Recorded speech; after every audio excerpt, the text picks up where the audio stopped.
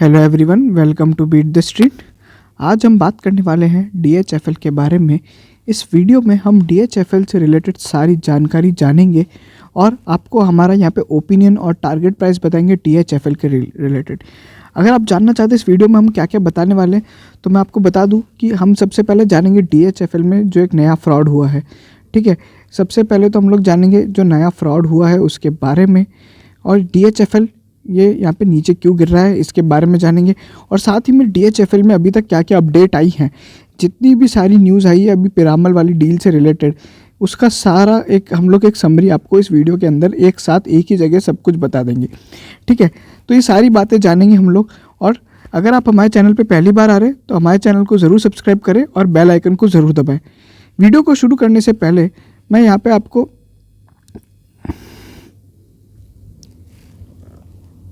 कुछ यहाँ पे बताना चाहूँगा जो हम लोग ने अभी तक डीएचएफएल से रिलेटेड किया है। अगर आप देखेंगे तो हम लोग ने करीबन यहाँ पे डीएचएफएल में बहुत सारे वीडियो बनाए हैं, जिसमें सबसे पहला वीडियो है पिरामल की बिड का एनालिसिस, बैंक्स को कितना मिलेगा।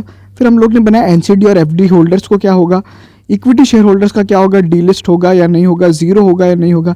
फिर डीएचएफएल की डीलिस्टिंग पे बनाया, डीएचएफएल को लोअर सर्किट में कैसे बेचते हैं, ये एक हमने इंपॉर्टेंट वीडियो बनाया था जिस पे बहुत ज़्यादा लोगों ने यहाँ पे कमेंट करके बताया था कि कैसे उन लोग ने हमारी ट्रिक के थ्रू यहाँ पे डीएचएफएल के शेयर्स को बेचा है।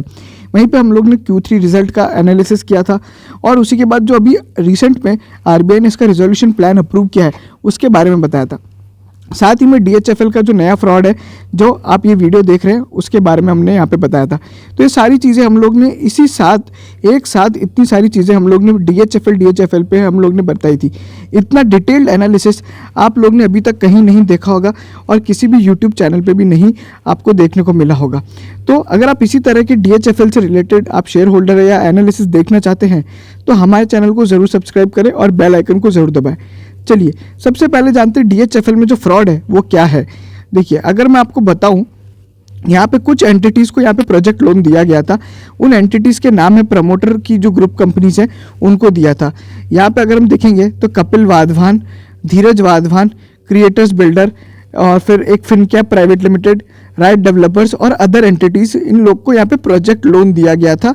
उसके अंदर अब क्या हुआ है कि ये जो लोन है वो यहाँ पे इरेगुलरिटीज़, मतलब वो जो लोन दिया गया था वो गलत मतलब तरीके से दिया गया था।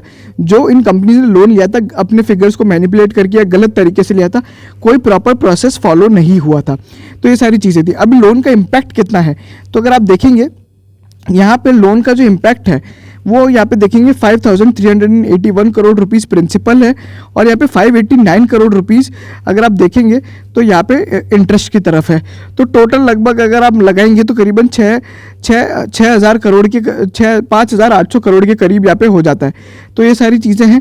अगर हम एस्टिमेटेड अमाउंट देखें तो यहाँ पे जो बैंक ने बताया 6,182 करोड़ है। ठीक है, तो यहाँ पे नेशनल इंटरेस्ट को भी ऐड करने के बाद तो यहाँ पे ये सब चीज़ें बनती है। अभी ये किस तरह का फ्रॉड है अगर आप देखना चाहेंगे तो मैं आपको बताऊं कि भाई जो लोन इनको सैंक्शन हुआ था ना उसमें या तो कम रेट पे हुआ था, ठीक है ना, इसलिए यहाँ पे नेशनल इंटरेस्ट है, because of loss of interest on account of charging lower interest rate. और उसी के साथ यहाँ पे जो इन लोग ने लोन लिया था वो एनपीए हो चुका है और डिफॉल्ट हो चुका है, तो अब ये रिकवरी नहीं हो पा रही है। ठीक है, तो ये सारी चीज़ें हैं। और अभी ये डीएचएफएल में ये सारी एंटिटीज़ इन लोग ने यहाँ पे घपला किया था। ये घपला प्रमोटर द्वारा है, ये एक और घपला है। इससे कुछ ही दिन पहले हम लोग ने वापस एक वीडियो में देखा था, हमारे पुराने वीडियो में, जहाँ हमने इसी तरह की एक और घपला बताया था। अब इन सबसे क्या होता है मैं आपको बता देता हूँ कि इन सारे फ्रॉड से बैंक्स को और आप सभी इक्विटी शेयर होल्डर्स या एफडी एनसीडी होल्डर्स को नुकसान होता है और पिरामल को फ़ायदा होता है। पिरामल को फ़ायदा कैसे होता है मैं आपको समझाता हूँ। देखिए, अगर अभी जो रिजोल्यूशन प्लान बना है ना तो उसमें यह कहा गया है कि अगर ऐसा कोई भी फ्रॉड वाला लोन है तो इसकी एप्लीकेशन एनसीएलटी में फाइल होती है, फिर इसमें क्रिमिनल और बहुत सारी इन्वेस्टिगेशन होती है। अगर इनसे कल को कुछ रिकवरी होता है तो बैंक्स के पास नहीं जाएगा ये पैसा जाएगा पिरामल के पास। ऐसा रिजोल्यूशन प्लान में लिखा गया है। इसके खिलाफ यहाँ पे एक अपील भी फाइल हुई है कि हम लोग को ये सारी प्लानिंग नहीं चाहिए, हम लोग चाहते हैं कि इसकी रिकवरी बैंक्स को हो, बट अभी तक उस पर कोई भी यहाँ पे अपडेट नहीं है। तो ये सारी चीज़ें पिरामल को मिलेगी। ठीक है, तो अगर कल को कोई भी रिकवरी होती है इन लोन से तो ये एक नेगेटिव खबर हुई। वहीं पर अगर हम देखते हैं अब क्या क्या हो सकता है। देखिए, अभी क्या हुआ है कि आरबीआई ने ना इसका प्लान तो अप्रूव कर दिया है, अभी केवल एक ही चीज़ का अप्रूवल बाकी है, वो है एनसीएलटी का, ठीक है। और Q3 रिजल्ट देखेंगे तो बहुत ज़्यादा लॉस है, अगर आप देखेंगे नेगेटिव नेटवर्थ है और करीबन 10 से 13 हज़ार करोड़ का बहुत बड़ा लॉस बुक किया है, तो ओवरऑल हालत ख़राब है। अभी यहाँ पे लोअर सर्किट क्यों लगा है? एक तो नए फ्रॉड के कारण लगा है और दूसरा यहाँ पे आरबीआई ने जो प्लान अप्रूव किया ना उसके कारण लगा है, क्योंकि रिजोल्यूशन प्लान में ही तो लिखा है, रिजोल्यूशन प्लान में ही यहाँ पे लिखा है कि DHFL को हम लोग डीलिस्ट करेंगे, ठीक है ना, और यहाँ पे जो उसके एग्जिस्टिंग इक्विटी शेयर होल्डर्स है उसे यहाँ पे हम लोग जीरो कर देंगे, यानी राइट ऑफ कर देंगे। ऐसा किस में हुआ था अगर मैं आपको बताऊं, मैं बार बार बताता हूँ, हर बार बता रहा हूँ कि LVB के केस में ऐसा हुआ था। लक्ष्मी विलास बैंक को यहाँ पे फ्री में दे दिया गया था, DBS इंडिया को, ठीक है ना, उन लोग को फ्री में देने के बाद यहाँ पे जो लक्ष्मी विलास बैंक के शेयर होल्डर्स थे उनको कुछ नहीं मिला, उनके शेयर को डीलिस्ट कर दिया गया और राइट ऑफ कर दिया गया।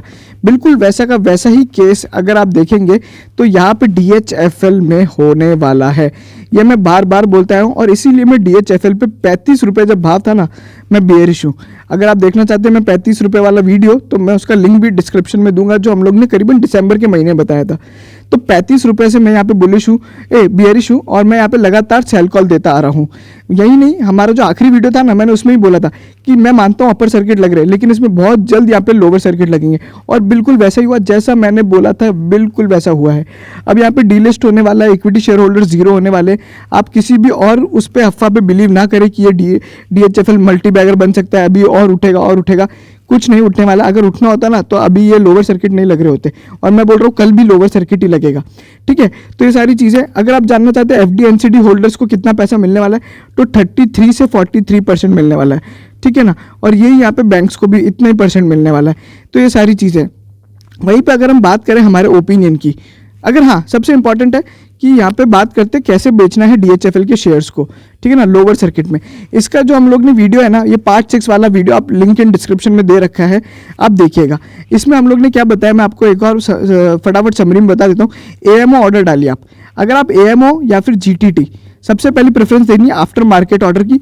आफ्टर मार्केट ऑर्डर अगर आप डालते हैं तो आपका यहाँ पे ऑर्डर जल्दी एग्जीक्यूट होगा, सेल होने के चांसेस है।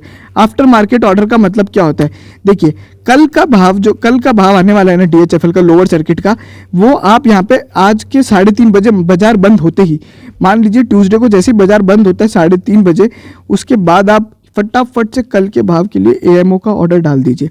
AMO का ऑर्डर डालते ही आप कल के भाव का यहाँ पे AMO ऑर्डर डाल दीजिए, और कल सबसे पहले आपका शेयर यहाँ पे एग्जीक्यूट हो जाएगा। इस कारण से आपके शेयर जल्दी बिकेंगे, क्योंकि फर्स्ट इन फर्स्ट आउट का सिस्टम होता है। अब सबसे इंपॉर्टेंट बात होती है कि DHFL में कल भाव क्या रहेगा, तो उसकी जो कैलकुलेशन है ना, वो आपको कैसे कैलकुलेट करना है 5% लोअर सर्किट करके, ये थोड़ी टिपिकल होती है, क्योंकि यहाँ पे राउंड ऑफ भी होता है। तो ये आप वीडियो कैसे कैलकुलेट करते हैं ना हम लोग भाव, वो आप पार्ट 6 में देख सकते हैं। आप आज ही AMO डालें, और अगर कल आपका एग्जीक्यूट नहीं होता है तो परसों वापस AMO डालें, बैंक रिजल्ट बिल्कुल मार्केट खत्म होते ही डाल दिया करें। तो ये सारी चीज़ें। अब आप जानना चाहेंगे कि हमारा ओपिनियन क्या है। देखिए बहुत सिंपल सा ओपिनियन है, सेल इमीडिएटली, जितना जल्दी आप बेचेंगे उतना ज़्यादा इंपॉर्टेंट है।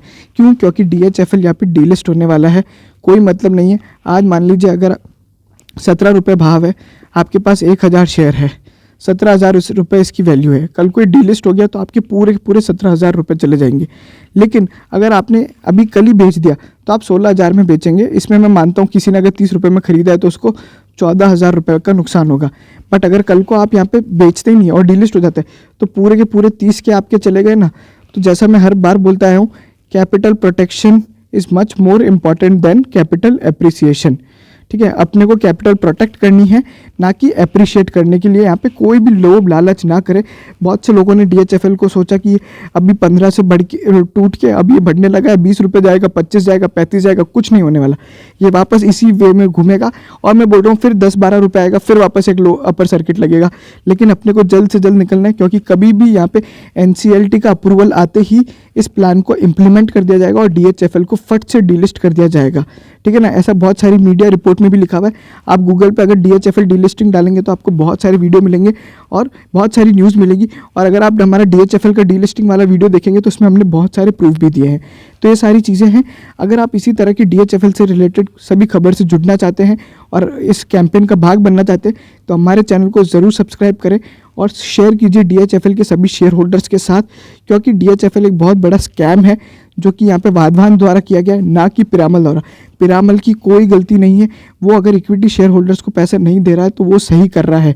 क्यों? क्योंकि DHFL का लोन है 90,000 करोड़ का, और ठीक है ना, उसमें से आधा तो फ्रॉड ही चला गया है, फ्रॉड लोन और वो सभी हो गए। और जो पैसा मिल रहा है ना पिरामल से, वो केवल 34,000 करोड़ मिल रहा है, ठीक है, क्योंकि DHFL की लोन बुक बहुत ख़राब है। जब लेंडर्स को यानी लोन देने वाले को ही कम पैसा मिल रहा है तो इक्विटी शेयर होल्डर्स को कैसे मिल सकता है? सबसे पहले पैसा मिलता है हमेशा लेंडर्स को, NCD, FD और लेंडर्स को पैसा मिलेगा, उनको ही पैसा 33% मिल रहा है। तो आप मान लीजिए कि इक्विटी शेयर होल्डर्स को कैसे मिल सकता है? ये एकदम लॉजिकल है और लीगल है। गलती यहाँ पे DHFL के प्रमोटर्स की है, जो कि हमने फ्रॉड के थ्रू भी देखी। ये वीडियो यहीं ख़त्म होता है। अगर आपको पसंद आया लाइक कीजिए, शेयर कीजिए और सब्सक्राइब ज़रूर कीजिएगा हमारे चैनल को, ताकि हम इसी तरह से रिलेटेड DHFL के बारे में आपको सभी न्यूज़, टिप्स और एनालिसिस बता सके। Thank you.